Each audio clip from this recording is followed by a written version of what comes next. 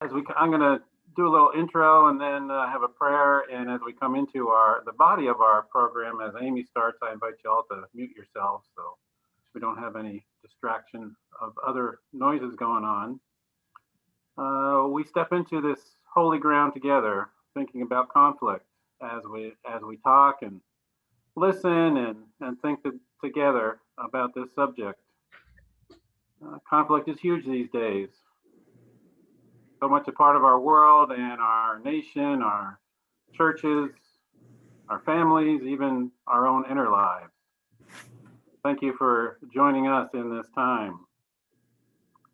We hope that you will find this time together defined by both love and trust as a presbytery community as we explore how our faith speaks to conflict and equips us to address conflict in ways that we hope are constructive and reconciling. We're so grateful for Reverend Dr. Aimee Moiso leading us and teaching us and blessing us with her multiple gifts this afternoon. Let us join together in prayer. Lord our God, we offer to you this time for your purposes, to learn and to grow, to be challenged and to be empowered. Entering a subject that is so fraught with intense emotions, complex problems, unanswerable questions, we pray that you give us courage and a quiet spirit to receive and to be changed. We are thankful for this presbytery community. We are blessed by Aimee's leadership and teaching. May this opportunity bring newness to our vision, hope to our despair, and clear discoveries of our next steps in the walk of discipleship toward Jesus Christ, our risen Savior, in whose name we pray. Amen. Amen. All right. Aimee, we welcome you. All right, it's great to be with you all. I'm going to get my slideshow ready here. I will say one other thing before I get started, just for those of you who don't know who I am, my name is Aimee Moiso. I came to Nashville from the West Coast, where I was a campus minister at Santa Clara University. I did my MDiv at SFTS. And then I came here to do my PhD at Vanderbilt with, some of you may know, John McClure. While I was here, I met my now husband, Nolan Heisinger, who's the associate pastor at Second Presbyterian. So I have many different connections to the presbytery in various ways now. And I'm happy to be able to share this with you. My dissertation was on preaching and conflict and how we deal with conflict situations in preaching and in our sermons. So what I'm going to share with you is more broad than that. It's not specific to preaching and is more about how we understand conflict in the context of our theology and our faith, which is something that I'm not sure we think about very often, at least not with a very critical eye. So I hope it's helpful for you. Robin's going to be monitoring the chat. If you have questions as we go along, she'll interrupt me with your questions. Feel free to put those in the chat.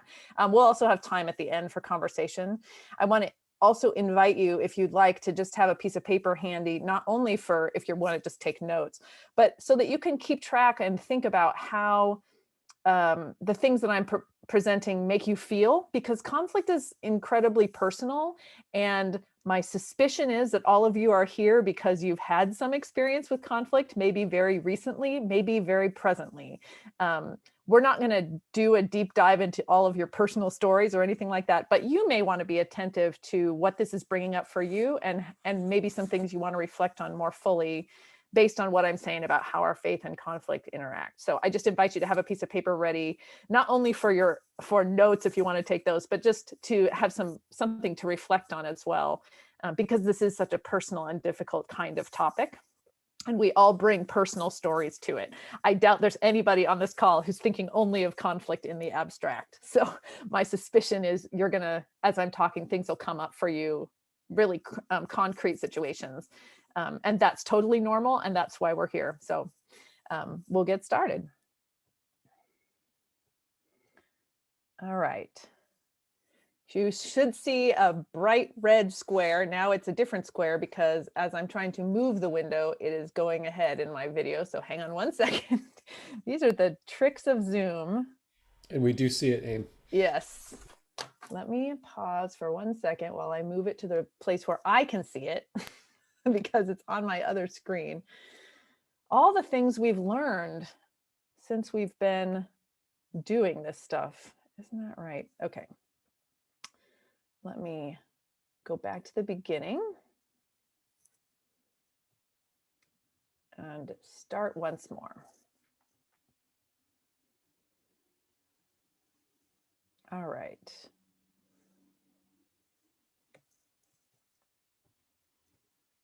There we go. You should now see it. Great. So just as a quick walk through where we're going to go during this next little while, the first thing we're going to talk about are some perceptions and beliefs around disagreement and conflict that we might bring to this topic. It's, as I was saying, it's something that maybe we don't think about very critically. Conflict is just a thing that happens to us and we react to it, but we don't really dig deeply very often into what we believe about it or what our assumptions are that we bring. So we're going to talk a little bit about that. We're going to talk about conflict through the lens of our faith. What is our faith as Christians? What have we gleaned from our Christian faith about conflict, and what does this faith actually teach about it? We're going to talk a little bit about how we respond to disagreement and conflict, both in healthy ways and unhealthy ways. I have added this section in here about conflict escalation because this is something that people are really curious about right now. In particular, conflict escalation is the process by which conflict sort of gets more and more polarized. And it's something that we've seen so frequently in our society right now that it's helpful to sort of see what those steps look like so that you can keep track of how things are getting to what I call the bad place, how things are getting really unhealthy. So this is just a sort of walking through what those steps are so you can see how it works. And then finally, we're going to look at ways forward through conflict and have some ideas about what we can do to respond to conflict as it comes up. All right, so let's start with a real basic question. When you think about conflict, what is God's hope for the world around conflict? I'm sure that generally we have some kind of a picture like this, right? God's desire is for peace. God's desire is for reconciliation. God's desire is for everyone to get along and have a happy earth and everyone's holding hands. This is, of course, after we've all been vaccinated. So in the short term, this is what we sort of are taught, right, about what God's desire is for the world, that we have these relationships of peace and harmony. Nothing wrong with that. That's absolutely what we believe. But a second question to go with that, not question, but comment is that the flip side of that vision of what the earth is supposed to be like within God's desire is that when we then think of conflict, we tend to have some pretty dramatic images of what that is. So it could be arguing, not hearing each other. This is Paul and Barnabas boxing each other. So just a reminder that conflict goes back a long ways in the church. We might also think of warfare and violence specifically as forms of conflict. And of course, all of that is just a very explosive and dangerous and scary kind of dynamic. Conflict tends to bring up these images of things that are really hard and very destructive. And so no wonder we resist conflict in our theology and in our world. It's not, when it looks like this, it's not very fun, and it's certainly not very productive. Within the Christian tradition specifically, there's sort of an additional piece, which is, I put up this comic. If you can't see it very well, if you're on a small screen, it's two little girls. And the first one says, "My family's more Christian than yours." And the other one says, "Is not." The first one says, "Is too." "Is not." "Is too." The reason why a comic like this is funny is because Christians aren't supposed to do this, right? Christians are supposed to get along. Christians are not supposed to have petty arguments. And that's because at some level, most of us who are Christian tend to have an underlying belief that conflict is a sign of sin. And of course, there are reasons for that, right? We have this idea of what the world is supposed to be like in God's vision for the world. And that doesn't include conflict in the ways that I just showed on the previous screen with the bombs and the swords and the arguing and the yelling at each other, or even these kind of petty disagreements. We just don't think of those as things that God has in mind for us. But that translates into believing that conflict is a sign of sin. Now, why do we believe that, right? I just gave some reasons. There's also some pretty good biblical reasons why we believe conflict is a sin. The first is very commonly we think about the Beatitudes, right? Blessed are the peacemakers. In Matthew, they will no longer learn how to make war, out of Isaiah, or live at peace with all people in Paul. Of course, Paul is dealing with conflict all the time in the letters, and is helping people think about how to be reconciled to each other and how to be together. So we have biblical verses that help reinforce the idea that conflict is something wrong. That conflict is a sign that something has gone amiss, and that conflict is therefore sin. That's very reasonable. Another reason that we tend to think of conflict or associate conflict with sin is that conflict feels bad, right? A lot of times conflict is not pleasant. We're made to be connected to each other, and we fear disconnection, right? We fear being separated. If you think about those moments when you misunderstand somebody, really simple things, like it's not even a big deal, but you have that moment where you realize you didn't understand what they said, and they might be reacting kind of out of a more of a harsh reaction to what you said, and you sort of go, oh gosh, that's not what I meant. That moment is that fear of disconnection. Oh, we've gotten separated from each other. We didn't mean to, but that's the disconnection that we fear in conflict, right? We don't want to be left out. We don't want to be alienated from each other. We don't want to be pulled apart. And conflict threatens our connections with others. And so it feels crummy because we don't like that threat, right? And we tend to associate things that don't feel good with things that are bad, things that are wrong. So conflict brings up a lot of emotions that we might think of as negative emotions. Emotions are actually neutral. They just are what they are, as we all have heard in various therapies and stuff in our lives. But these are all emotions that come up with conflict, right? We might feel confused. We might feel disoriented. We might get angry. We might feel fearful or disillusioned, that sort of sense of not knowing what's going on, or like things aren't what you thought they were, or feeling really lonely or suspicious of one another. And we tend to believe that all these things are a sign that something's gone wrong. Things that feel bad, we tend to believe are bad. So all of these lead us toward this idea that conflict must be not what God intends, right? That conflict is somehow a sign of sin. And we absorb these messages often in the church without even recognizing it. Until I started doing this research and reading some of these writers, I thought, oh my gosh, I had no idea that I had absorbed that message, but I 100% did. So here's where we end up. Unity and agreement, good. Conflict and disagreement, bad, right? This is sort of what we absorb as how we think we should be together in Christian community, and in any community, but in Christian community in particular. That has some repercussions. When we believe conflict is bad or a sin, we're more likely to push it aside or avoid it, to pretend it's not there, to ignore it or downplay it, to try and fix it really fast so that it just goes away as fast as we can get there, which tends to sort of ignore underlying issues. We want to fix maybe the surface level, but we're not dealing with the stuff below it. We paper over it. We make sure that it can't be seen. We hide it. So we might be in conflict with people, but in public, we're very polite and we don't acknowledge that there's something going on between us. And we look for those easy answers, right? We look for the fastest way to make this feel better, right? We don't like how it feels. How can we make it feel better as fast as possible? So that's something that is a result of, or can be a result of, believing conflict itself is bad.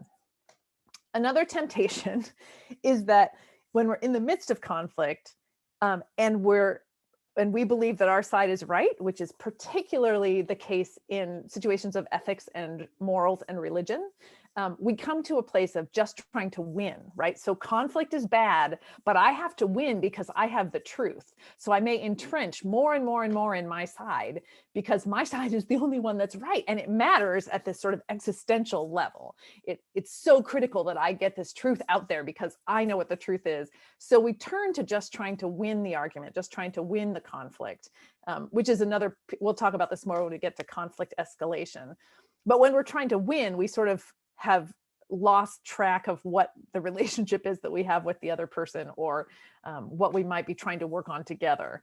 So that's a temptation that happens, especially under this umbrella of conflict is sin. We're trying to win so we can get through it as fast as possible and get our point across. So I'm going to pause here just for a second, not so much for conversation, but just to give you all a second to think about what's been on your mind as I've been talking about these things. I'm guessing that some of these things that I've mentioned have brought up particular situations or people or groups, maybe at the national level or the international level, maybe in your family, maybe in your neighborhood, maybe in your congregation. I just want to give you 30 seconds to just sort of sit with what I've said so far and reflect on what's come to mind. We don't need to talk about it, but I'm just going to give you about 30 seconds of silence to sort of absorb that and think about what's come up so far. Okay, so here's 30 seconds of quiet.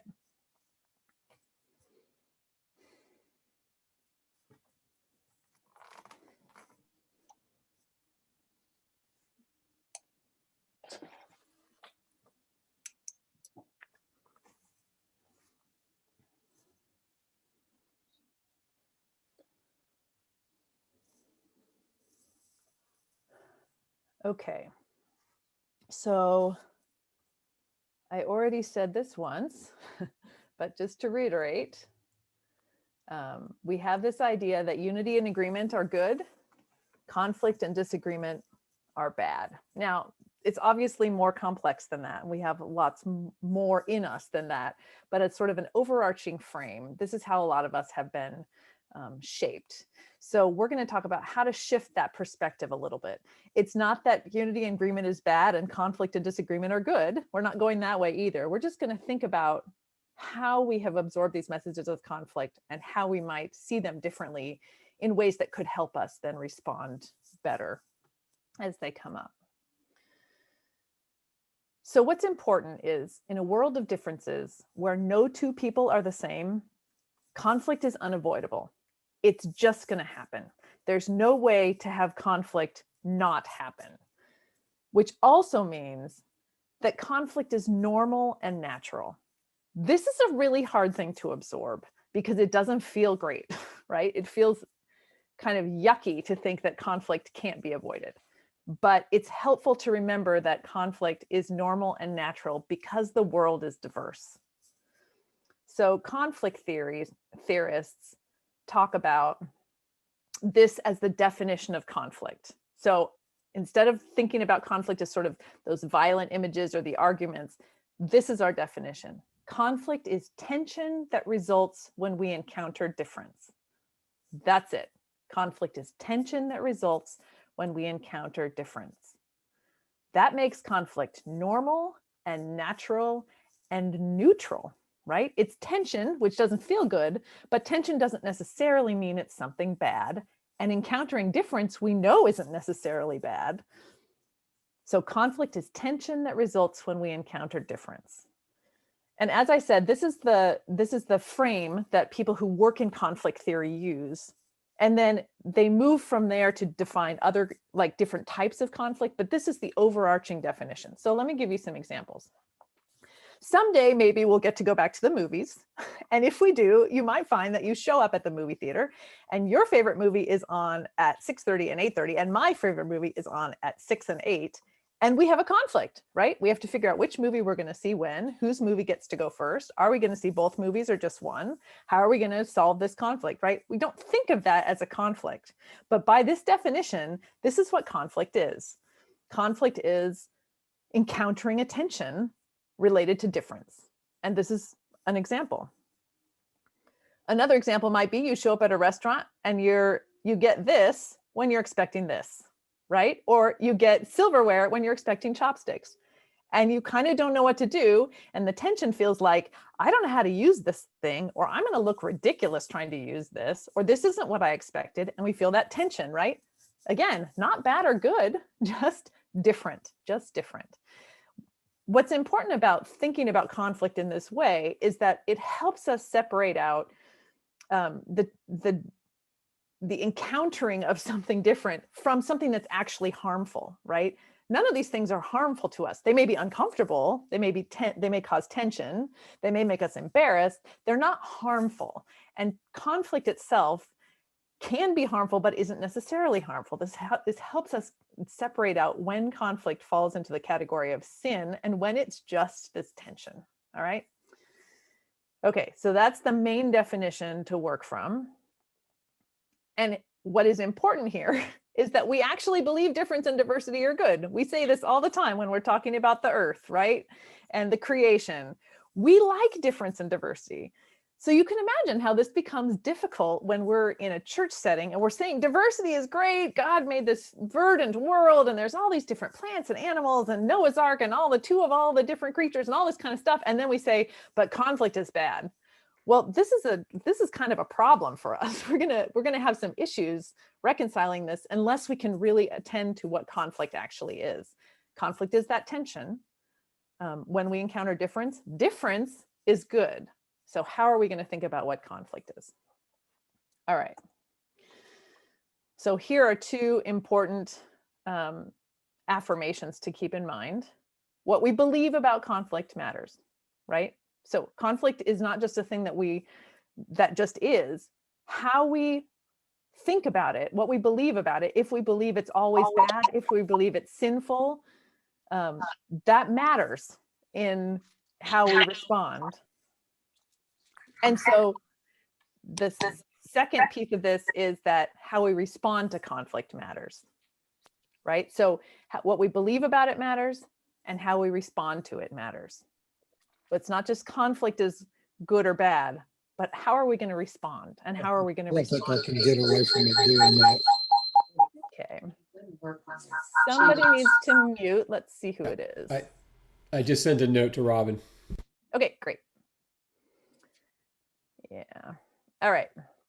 So how we respond to conflict matters. What we believe about conflict matters, because it's not just a neutral, it is a neutral thing onto which we project other things.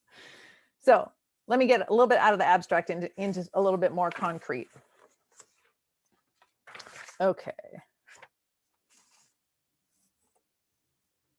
So I find this quote really helpful. This is from a Mennonite woman who wrote a book on conflict that's for faith communities. And actually, I thought after I had completed putting this together, I could put together a book list if people want to read more stuff or they want to know some of where this comes from. I'm happy to do that. This is from one of these books. Our ability to work through conflict successfully has much to do with the attitude we bring to it.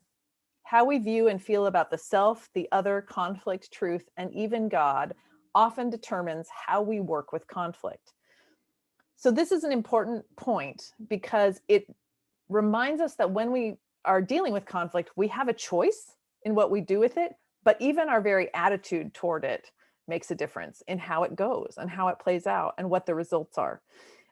There's a lot more that could be said about that, but I'm gonna just move ahead in my slides and see if some of the questions that you might have about that get answered, and then we can come back to this if we want to talk some more about it. So conflict has the potential to be constructive or destructive, right? This was like a light bulb moment for me when I was studying this. Conflict has the potential to be constructive or destructive. Conflict is neutral, tension that results from difference, but it can go in different directions, right? So what does that look like?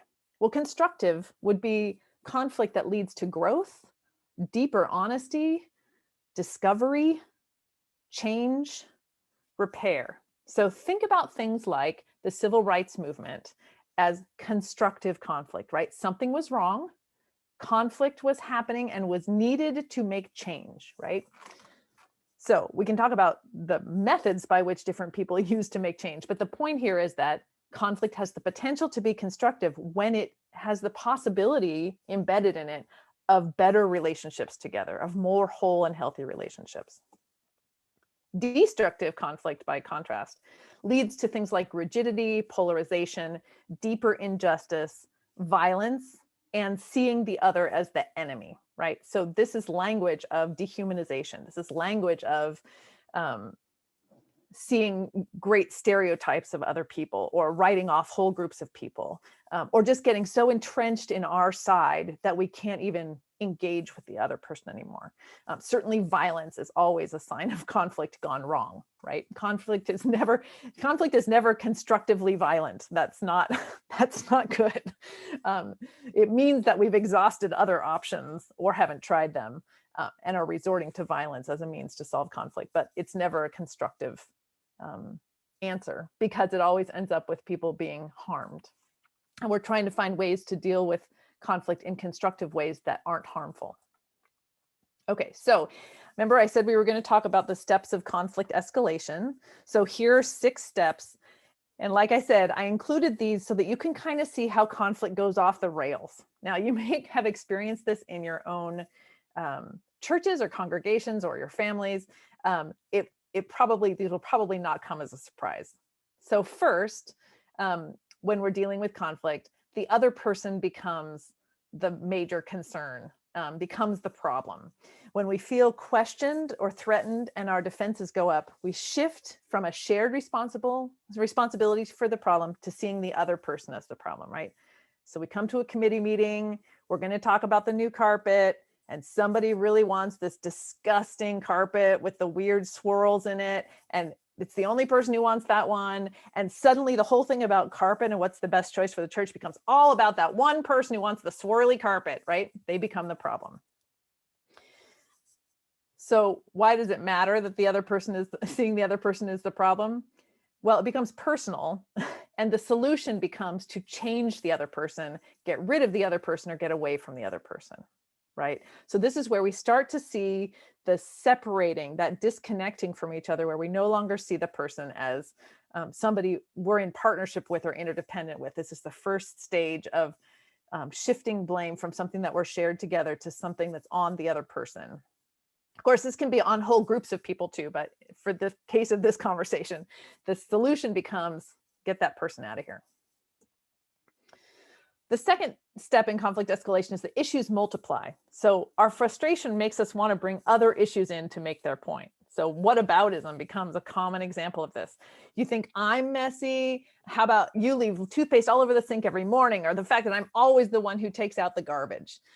You're talking about one thing and all of a sudden you're talking about 3 other things because you're trying to make your point against this other person, and then you bring in all these other issues. I just have to say as a side point, Nolan doesn't do either of these things. We both take out the garbage and he does not leave toothpaste all over the sink. These are made up examples. But in the carpet example, this is where, people start to say, yeah, that person who wants the swirly carpet, they also wanted those weird colored paraments that weren't a liturgical color. They were all pink or they were all turquoise or whatever. And they just had this weird taste. And you start bringing in all these other examples of why that person is problematic. So the third step of conflict escalation is our language starts to change.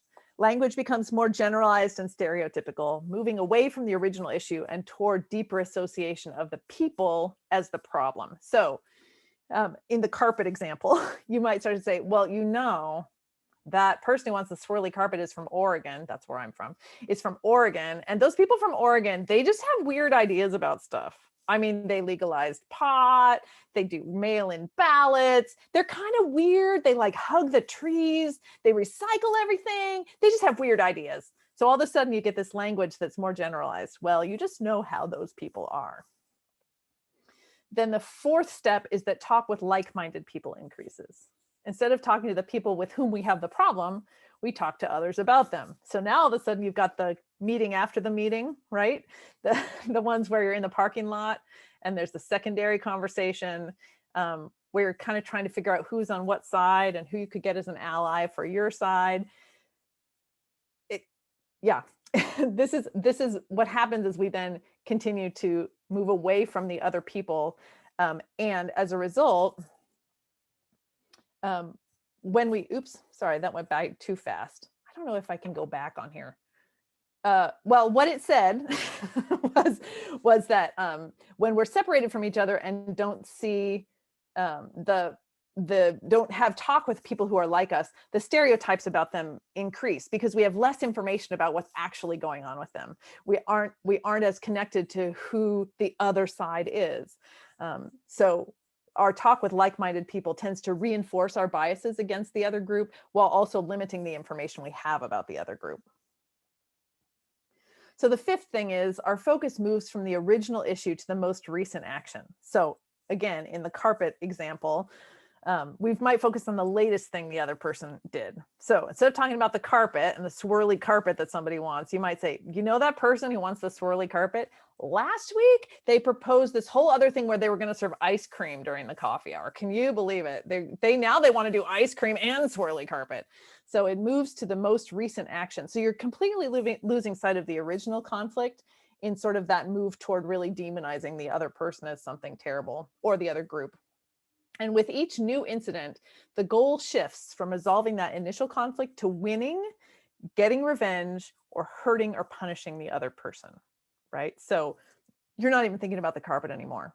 You just want this person to leave. You want them to recognize how terrible they are. You want to punish them for the thing that they did to you that hurt. You want to get things even, right? These are all parts of the escalation. We see this actually a lot right now in our political context, where there seems to be so little conversation about actually solving problems and much more about winning the argument or getting revenge on the person on the other side of the aisle in the political spectrum, or punishing them. You know, they change their mind on something and they get leapt all over because we want to punish them for having changed their mind on something. But really, it's about winning so that you can be the one in power. Because the original issues that we're supposed to be working on together, they went out the window a long time ago.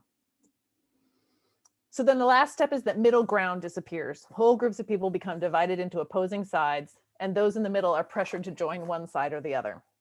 So an example of this in our political context would be the ways in which the left and the right have moved farther and farther apart from each other. And the middle ground just isn't there very much anymore. There's not very much in the middle, or the people who are in the middle don't feel free to speak because the pressure is that you should be on one side or the other because the other side's the enemy. So if you're in the middle, you're sort of still collaborating with the enemy. So you got to join one side or the other. Those who were extremists become leaders, right? The ones who are on the far end become the leaders of the movement now. And the groups have so little interaction with each other. They only have indirect information about what the others are thinking. We're really so separated at this point that we don't even know what's going on with the other group anymore. In conflict theory, it's sort of funny at this stage. The one thing that can happen is the groups become so polarized that they internally self-destruct because they're so fired up that they have internal conflict and then the whole thing collapses. This can happen a lot in international conflicts. But that's not really a solution to the conflict, so I wouldn't recommend it as a strategy. But the big point here is that people are really operating on assumptions of the other people, on stereotypes of the other people, and any sort of compromise or collaboration in the middle becomes frowned upon, right? The idea of reaching out to the other side becomes like a betrayal of your side. The idea of trying to find some place where you can meet together is not seen as something good or like you're moving in a good direction, but is actually something bad because you're betraying the group that you're part of. And I think that's where a lot of our society is right now, which is horrifying. And we see this in international conflicts too, historical and present. So this is how conflict escalates. And so I don't have an answer for how to solve conflict that is at this level of escalation, because I am not an international relations person who can figure out how to do that. But it is helpful to know how this works, because at any of these stages, if we're seeing this in our families or in our communities, in our congregations, we can think about how to sort of turn the tide the other direction, how to point out what's happening and try and move in another direction. So let's see. Let me give some thoughts about that. All right. So remember how I said that it matters how we respond to conflict? This is where we start thinking about what are faithful responses to conflict and what are unfaithful. Clearly, when we get to the level of high conflict escalation, we've made a lot of not great choices at that point. potentially not very faithful choices either if we're demonizing others and seeing them as not human. So what's important here is to remember that in conflict, we get to make choices. We have some agency as to how we respond to the conflict in front of us. These all take some practice, but here we go. So we can choose in conflict to make space for curiosity. So rather than reacting immediately to something someone says, we might sort of pause and think, I wonder where that came from. And just take that beat to ponder where the other person might be coming from. And is there a way I can meet them there, or at least understand better where they're coming from? We can make space for humility, recognizing that we don't know everything that's going on. Maybe there's something we've missed. Of course, listening is important to really hear what the other person is saying and not just formulate our response while they're talking. We can choose to make space for openness. And by openness here, openness can mean a lot of things, but one of them is the openness to be changed, the openness to recognize, like, maybe there's something I can learn from this person, even though they're making me really mad. It's almost a spiritual discipline to say, okay, I'm going to recognize my limitations and stand here and listen and try and maintain an open spirit to see if there's something I can hear. This also helps de-escalate a conflict. People tend to respond a lot better if you sort of can take an internal step back from the conflict so they feel like they're really being heard. Compassion, of course, recognizing that people bring lots of pain to these conversations. They may be acting out of their pain. You may be acting out of your own pain. So there's a lot of self-compassion to bring to this, that you can sort of make space for being sorry for what you've done and receiving the apologies of others if you've done something that you didn't mean to. And so having that compassion for the other and for yourself matters a lot. And then you can also make space for vulnerability, for the dropping of your own defenses, for choosing not to escalate and instead to allow someone to really share who they are more fully. Finally, imagination, that in a moment of conflict, there might not just be two sides. Maybe there's four sides. Maybe there's an idea that none of us have thought of yet. And with some imagination together, we can solve it. We can also resist the rush to these things. And I use this language in particular because it's not that these are never appropriate, but we can resist the rush to them. We can resist jumping ahead to these things. So judgment is one. Resist the rush to judging what the other person is saying. We can resist the rush to avoidance of the conflict. Take that moment, take that beat to say, what's happening here? Why is this conflict coming up right now? What could be going on? Before I run away from it, I might want to attend to what's happening. We can resist the rush to defensiveness, to defending ourselves, to making an argument in response to what's happening, turning more toward listening. We can resist the rush to hostility in response to something that we're hearing. We absolutely should resist the rush to othering, to making the person across from us no longer a human who we want to relate to or who we're interdependent with or who's a child of God. We want to resist the rush to seeing them as an object, as something not human. We can resist the rush to disconnecting from that person or those people, to trying to leave that door open for the possibility of reconciliation, and then resisting the rush to critiquing them or their argument or what's going on. All right, so these are some choices we can make as we're in conflict, but this is the big one that I would love for you to take away. What if instead of asking, how do we resolve this conflict or disagreement, we asked instead, what kind of relationship do we want to have? When we're done with this committee meeting, when we're done with this congregational meeting, when we're done with this family discussion, what kind of relationship do we want to leave with? What are the qualities of that relationship? Not just how do we fix this problem, how do we solve this conflict, but what is the nature and quality of the relationship we want? So to think about that a little more fully, here are just some things that I thought about that I want in relationships with people, both professional relationships and personal relationships. So of course I want love, I want empathy, I want to receive it, and I want to be able to give it. I want openness. I talked about that a little bit already. But I also really want truth telling. I don't want a relationship with people who won't tell me the truth or who are hiding things from me. I also want forgiveness. I want to receive it and give it. So I want to be able to tell the truth and be honest and also say I'm sorry and receive forgiveness and vice versa. I want relationships of listening where I'm heard and I can also hear from others. I want relationships that reserve their judgment because I suck sometimes. And sometimes I just need you to hang on for a second. Sometimes I'll be in the middle of something and I'll say to Nolan, okay, hang on, I'm not done with this thought yet. I haven't finished it. I don't even know if what I'm saying is what I want to say. So give me a second to like get it all the way out because it's not fully formed yet. So reserve your judgment of this till I get it all the way out. Honesty. I want people to be able to tell me truthfully what's going on. I want willingness to change. I want safety. I want compassion. So maybe some of these are things that you want in relationships too. Maybe there are other things that you want that are more important to you. But the point here is, could these be starting points for conversation? So for instance, if you're in a really difficult session that's in conflict, could the session have a conversation about what kind of relationships do we want to have on the session? And maybe you're not going to have all these, but maybe what you want for sure is reserving judgment, truth telling, and listening or something.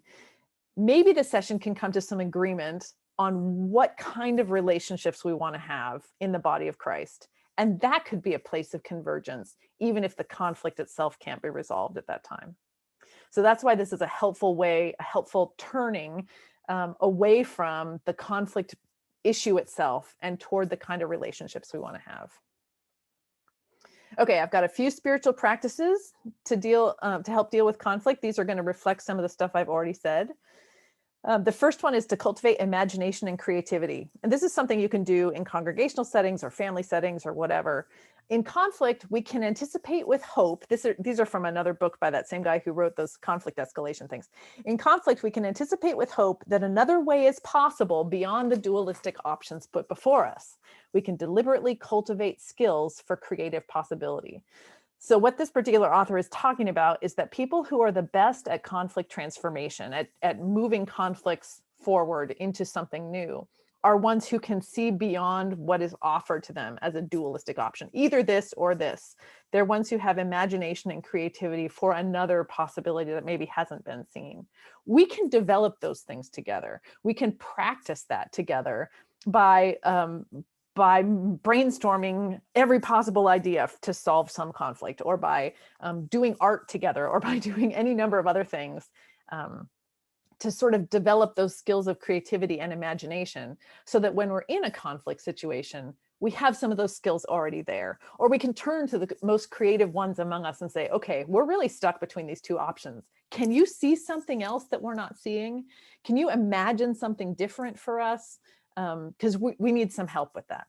So that's the first one.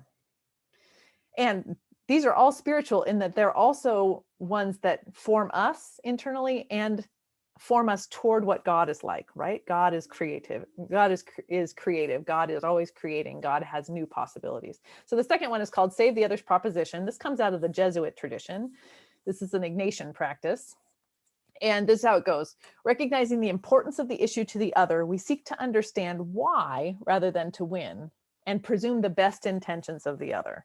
So we save the proposition by coming to a good interpretation together. What this means is, if you're in conflict with somebody else, you're on one side and they're on the other, rather than figuring out how to win the argument, you really try to get to the point where you can reflect back to the other person why they hold the view they do, presuming their best intentions, right? So you hold a space for them to be their best self while listening to their explanation of why they're believing what they're believing, or why they're proposing what they're proposing. And then you save the proposition together, because you can come to a point where you can say, I understand why you are saying this, and I can interpret that with who you are as your best self in front of me, right? I was thinking about this earlier today because I was thinking about how you would have a conversation with people about why they have guns or why they don't have guns. And is there a way that we can come to really understand the why, presuming the best intentions of the other person, and what would that look like? Anyway, it was just a side thought exercise I was doing earlier today. Anyway, save the other's proposition is the second one. The third one is listen with openness to being changed. I've talked about this a little bit, but we stay open to the possibility that we can learn something and that the other holds potential for sharing wisdom. It doesn't mean everything they say is wise. It doesn't mean we have to agree with what they say, but we hold open the possibility that the other has that potential. We don't just close that door altogether and say there's no wisdom to be had here. We hold open that door, even if it's hard, even if the person's making us crazy, we just hold that potential open. When I worked in interfaith dialogue, one of the things we used to say is when you come into an interfaith dialogue, you have to come in as much prepared to be converted as you are to convert the other, because that's the only way you can actually have an open conversation, is if you're prepared to receive them with the same openness as you want to be received. So this is in that spirit. All right, a couple more things and then we're done. First of all, are all differences of opinion equally good or acceptable? This is something that comes up all the time. Do we just hold open this door of possibility for all kinds of crazy thinking, right? Should I give equal opportunity to white supremacists in my pulpit? Can I resist people who don't treat me with respect, who yell slurs at me on the street or whatever? Are conspiracy theories just healthy differences of opinion? What do we do with facts and truth and all these kinds of things? So here's just a little rule of thumb. This is a very complicated and difficult area. And a lot of us are dealing with this right now in our families and our churches. But here's a little helpful thing to work with. So not all differences are worthy of our time and attention, and some should be resisted. Here's the rule of thumb. Obviously, bullying we don't think is good, right? It's never going to be okay to make fun of other people, right? And fighting, especially in a violent way, is also not good. These are things we teach our children, right? The basic bottom line here, it is right and faithful to resist things that cause harm. So if someone is abusing you in any way, you don't just say, that's all right, it's a difference of opinion, we just solve our conflicts differently. No, you say, nope, we're not doing harm. We got to get this person free from harm, and then we can deal with the conflict, right? So it is right and faithful to resist things that cause harm. There can be a challenge when we have different opinions about what causes harm. That's why we don't have time to solve all the problems of conflict today. But as a basic rule of thumb, it's right and faithful to resist things that cause harm. So it is okay to say, nope, we're not going to have hate speech in our sanctuary because it causes harm and it's not what we're about. All right, let's see. So last couple things. This is just something to keep in mind. In the midst of a crisis in 1991 between the Mohawk Nation and the Quebec and Canadian governments, a Mohawk chief reflected that Mohawk tradition requires chiefs to think in terms of 7 generations. The decisions made 7 generations ago affect the Mohawk people today. The decisions made today will affect the next 7 generations. Long-term thinking helps reinforce our shared responsibility and our interdependence. So this story comes to us out of a book on international conflict transformation. And what it's reflecting is this idea that we are interconnected and our decisions and conflicts are interconnected with things that go way back in time and things that will go way forward in time. This is both sort of terrifying because it feels like this responsibility for what we do with our time, but it's also a way forward, because even if we can't come to agreement today, how can we make choices now that will help our grandchildren and great-grandchildren live together well? So that's another frame that you can take with you. Maybe we can't resolve our issues in this lifetime, but what can we do for our children and grandchildren who will have to live together on this planet? We can't eliminate the other, right? This is not going to happen. It's not a constructive way to deal with conflict anyway, but it's also not possible. So we have to think in terms of how can we help our grandchildren and great-grandchildren, even if we can't get past our own conflicts and biases. So that's just a frame to offer. All right, just a quick review of what constructive conflict looks like as we wrap up. So constructive conflict promotes connection so that we stay connected to each other, we stay in relationship with each other, even as we are having the conflict together, right? So this is that question about what kind of relationships do we want to have? Can we continue to hold those values even as we're in conflict? Constructive conflict increases justice, equality, and right relationships. So conflict that pulls us or pushes us toward those things is good. Conflict that causes us to challenge our biases, to challenge the inequalities of the world, that's constructive conflict. Constructive conflict leads toward discovery and understanding so that we know more about other people and more about ourselves. It builds empowerment. Conflict can feel really disempowering and really you feel powerless in it. And constructive conflict helps you take responsibility for yourself and attentiveness to the other. So it also encourages recognition of the other, that you're aware of why they're doing what they're doing and you're hearing them well, even if you don't agree. It doesn't mean agreement, it means recognition of the other. Here's the big caveat of my whole presentation. Constructive conflict requires willing participants. So to get people on the same page to say we want to do this kind of conflict together is always a challenge. You may have people in your family or your church who would not be willing participants in this kind of conflict conversation. But I hold out hope that we can get there because we want to have relationships with each other. And somehow this is how we get there, right? If you want to be in relationship with people, we have to figure out how to work together on conflict. And hopefully we can get to the point of willing participants. Constructive conflict focuses on strengthening the relationship itself, not just resolving the issue or winning the argument. So again, we're looking at what kind of relationships do we want to have, not just how do we resolve the conflict. So when you're thinking about something like racism, it's not just a matter of how do we get fair housing, but also how do we repair the relationships between us that have been broken for so many years? How do we strengthen those relationships? Okay, finally, a quote to leave you with. Imagine how different our conflicts could be if we could move from an "oh dear, how terrible" to what is God trying to say to us? What are we learning? What are we encountering? What are we hearing when we encounter these differences that cause these tensions, but are also these opportunities for growth? That's it.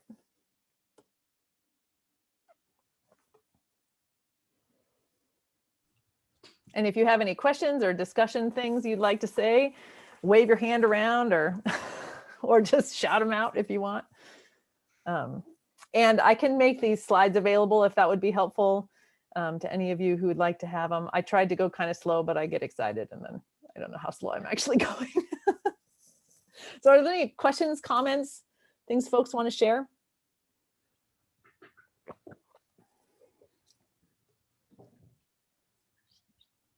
I have a question, first of all, thank you. Wow, this is so helpful. I'm glad. And I really like what you said about focusing on what you want the relationship to be like instead of winning the battle over the difference. And that I'm going to really process that and think about that a while. But one of the things I was thinking as you were talking, and I hope you can help me kind of figure out how to deal with this. I feel like I'm very open to someone who has a difference of opinion, and I'm willing to listen to that. Where I get hung up is when people bring this attitude and they're real snarky. Man, I just shut down. I get, where is that in the conflict resolution? That's where I feel like at the point where I start going to wanting to get away from that person and exclude it. Yeah, the conflict is so complicated because everybody brings their own stuff, right? So they're bringing their own family of origin, ways of dealing with conflict. They're bringing their annoyance of the day. They're bringing their communication patterns from 20 years ago. It's really complicated, especially in the abstract, it's complicated. The short answer I can say is if you've got somebody with whom you've got a pretty good relationship or at least a good professional relationship, and you want the relationship to be different, maybe go back to that question, like, hey, when I'm trying to hear you, you seem to be kind of resistant or kind of snarky. I'd like us to relate differently than that. Maybe sort of offer that as a way forward, as opposed to like, I don't want to hear you anymore, but just to say, I don't really want to be relating to you like this. This doesn't feel right to me. I'd like to sort of think about how we could do it differently. That may or may not work. The other person may or may not be able to meet you there, or they may not perceive the relationship in the same way. It may be their own self-protection that they react that way and they don't want to change that. But I would probably start there and see how see how that goes. It might be kind of just a surprise, like for them to hear, this isn't how I want to relate to you. Can we do this differently? It actually reminds me, so I've been taking care of a 3-year-old a couple days a week. And I feel like one of the questions I say to her all the time is, could you say that differently? Because she'll just demand, I want a snack. And I'll be like, okay, could you say that differently? So it's sort of that 3-year-old orientation of like, let's try this again, because I don't think this is working very well. I'm not saying treat them like a toddler, but it just reminded me of that orientation of like, I want us to relate differently, and I want to do it. I want to try this again.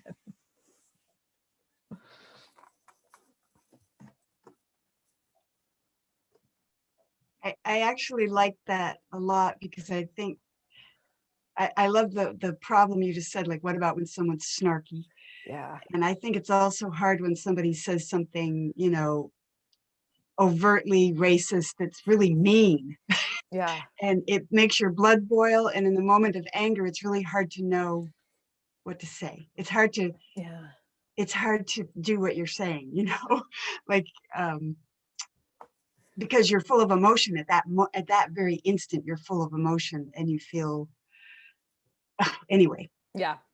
I'll have to look for this. Maybe I'll add it to the slides. I can probably also, so we're recording this. When we post it, I'll try and put some links to some stuff in there. I had a list of like how to respond when someone says racist things they were really good. I can't remember them off the top of my head, but they were things like, I didn't know you felt that way. And then you just stop talking and like see how they respond to that, like, which is sort of an interesting tactic. There were some other things too, like, I don't feel comfortable with that statement or something, just not defensive, not super reactive, but almost like you're reflecting on what they said, but reflecting back to them that reflection. I'll try and find it for you and put the link up, because it was really helpful. Yeah, just those 2 comments are helpful. Yeah, there were more. I just can't remember the other ones. Yeah. Sometimes it's just that capacity to take that beat, right? To not do that immediate reaction. That's why I had that list of like things not to rush to. It's really hard. I'm not saying this stuff is like so easy. It takes practice and spiritual discipline and all kinds of things. But just being able to take a beat and be like, ooh, that did not feel good. How do I want to respond to this? Like, just that moment is so hard to take. So even if we could get that far, we'd probably do a lot better. Good.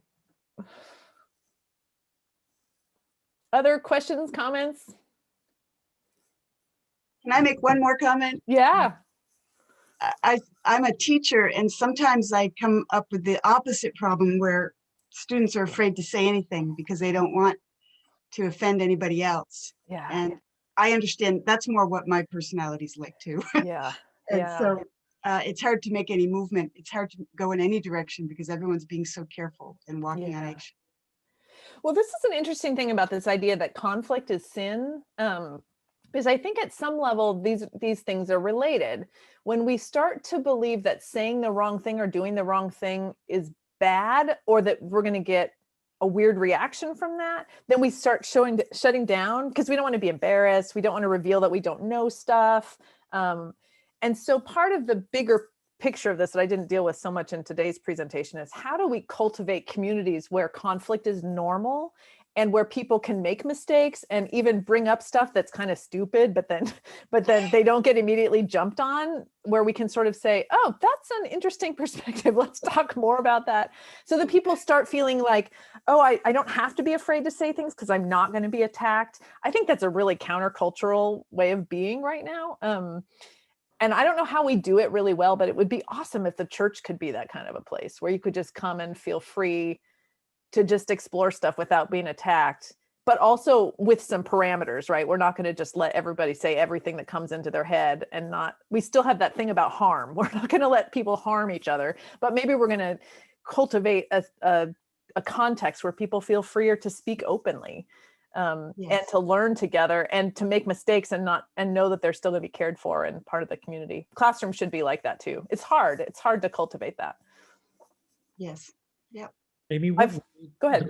What role does having some common written goals and policies and or just vision of the church, these kind of founding documents that you can always point people back to or say, hey, we're talking about this, but how does this fit into this goal of us, wanting to be a loving community that is a light for the world, so to speak. So we can shape people back into the common vision, the common mission statements, and those kinds of documents that we all, prior to getting in a conflict, would at least have an agreement to operate from. Is that talked about in your readings? So the thing that comes to mind is, this is going to sound like a tangent, but roll with me here. Whenever there are peace agreements that are drawn up, like after there's been an international conflict, what they've found is that they don't work if they're top down. What you have to have is grassroots, bottom up development of those agreements, because otherwise they just sort of stay with the leaders at the top, and the people below don't really buy into them. They don't really believe they're going to happen. They don't really believe they're really for them. They don't have any agency within them. So I'm thinking that when it comes to stuff like mission statements, mission and vision documents of a church, or even things that come from the denomination, or how we understand scripture, any of those kinds of things, that there's sort of a dance that needs to happen between sort of teaching about those things for new folks and having the people who are the body bring their own selves to them, right? So that they have some ownership in what's being done and what they're participating in. So that might mean that on your session, you have some sort of ways that you want to be in relationship with each other, but that you revisit them regularly so that people can say, we've made this part of the vision statement before. I'm not sure that quite suits us anymore. I think we need this new kind of language to really reflect where they are. So people have a chance to buy into the common vision aspects at regular intervals, so they really feel like they're part of it, at the same time that they're learning from leaders about what the church is about. Does that make sense? So you've got the both and and I was thinking participation just at the local church level. Yeah. These kinds of things that, especially when people come into leadership, deacons, elders, that they have a full understanding. This is what we're about. This is what we agree to. This is how we're going to operate. And then they try to, maybe reinforce that as as possible. And I haven't really thought more about how to do that beyond the session, but in Sunday school classes or certain other times, bring them out as need be, one at a time, or just on occasion, drop it here and there.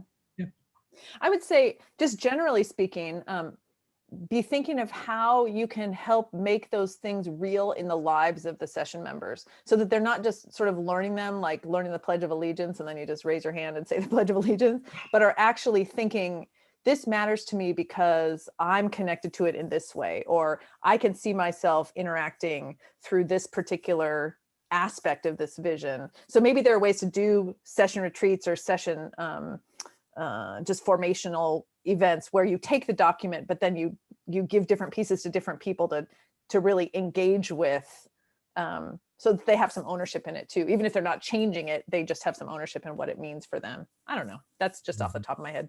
Okay, thanks. Yeah. Thanks for your help today.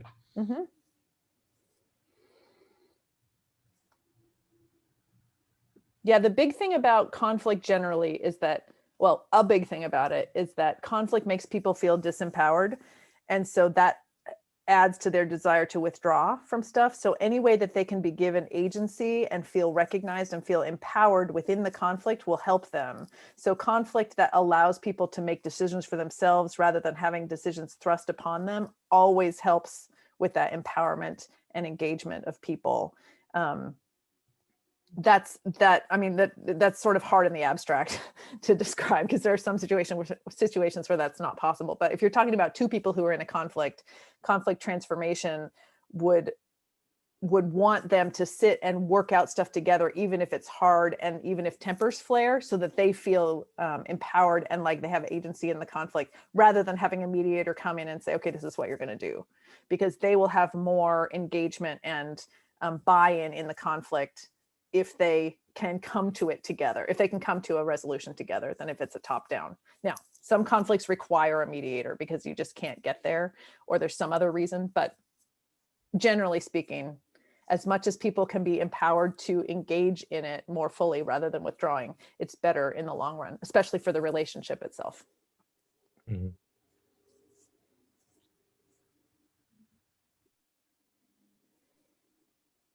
Well, y'all, thanks for hanging in. We even went over our hour, although I didn't actually say it was going to be an hour, so it's sort of open. But Yes, thank you, Aimee. This has Yeah. been wonderful. I'm glad it was helpful. If you all have any questions or anything, feel free to shoot me an email, or just get in touch with Ray and Robin. They know how to get in touch with me. And if I can provide other resources, I will. I'll put together a little book list for you and put that up with the video when we get that up there. Aimee, do you do any kind of session retreat workshop? Would you be available for? I did do the all church retreat on this topic for Second Presbyterian. So I have a church retreat sort of on this topic. I should say that, you know, a PhD isn't a very practical degree, so I can't come in and mediate your conflicts. But if you want people to hear about how conflict works like this, and go into some more depth, I have a whole Bible study piece that goes with this, where we look at different texts in the Bible that seem to be against conflict and some that seem to be promoting the kind of conflict we're talking about. There's a lot of different pieces that can be done. So if you're looking for something like that to just talk about what conflict is, that I can do. If you have a session in conflict, I think you probably want to call a professional. No. I was thinking more proactively. Yes. Yeah. Just how to begin talking about conflict in these new ways, or just thinking ahead of time about relationships, Mm-hmm. Talking more actively about the kinds of relationships we want, and then how do we act and behave Mm-hmm. Over little things. Mm-hmm. To It's hard. It is hard. It's hard. It is hard. And I really am grateful for my clergy groups over the past year, with COVID being so difficult and bringing out so many differences, and then the political environment being so different. And I have a church where not everybody thinks the same way. So, you know, I have really, I've just been really grateful to go to people who don't think the same as me, but love me. Mm-hmm. You know, or do think the same as me, but have to tell me difficult things. And then just in safe personal relationships or with other clergy, I can go back and hold that space. Mm-hmm. And I don't feel like I'm going in at a deficit, like dreading or nervous or anxious myself. It's been really helpful. Mm-hmm. Mm-hmm. Yeah, there's a lot of stuff in the conflict literature for churches that has to do with how long it takes when we really want to do this work, because relationships aren't fast, right? No, you don't build relationships and you don't fix them quickly. But if that's what we're really wanting to be about, we just have to figure out how to put in the time that's required, rather than just, you know, being productive. It's hard. It's really hard. Yeah. I appreciate you giving us some theological handles for talking about conflict and thinking about it. We have an awful lot of theology, a long history about forgiveness, but we don't have very much that I'm aware of about conflict. Maybe we just hope it goes away. So we don't have these tools at ready hand. So thank you for sharing all that. And that it's okay to say no to some things. Yeah. I definitely felt my anxiety building throughout moments, you know, when I would think of more extreme situations that I've either seen or experienced. And, you know, I almost felt hemmed in by the idea of like forgiveness or being open, you know, but there are times that the most loving thing to do is to say no. Mm-hmm. Well, and I've thought about this a lot in the context of what the church has told people who are in situations of abuse in the past, particularly in marriages of abuse, where we've prioritized marriage over safety. like the institution of marriage over safety. So that's part of where that comes from. I want to make sure that I'm never telling someone who's in a situation of danger and harm that they need to stay open. Like, no, end the harm first, then we deal with the conflict. That's what all the literature about abuse stuff says. So that, I don't know why we don't apply that to every other situation where there's real harm being done. So you don't have to put up with someone yelling at you in the parking lot either. You can just say, you know what, I want to have this conversation. I want to understand better, but this clearly is not working right now. This isn't how I want to relate. So let's figure out a time to do this differently. But not right now. I'm not going to take that. I'm not going to be abused by this. Like, that's okay. It's okay to say that. Yeah, it was so thorough. Thank you, Aimee. I'm glad. Thank you. Mm-hmm.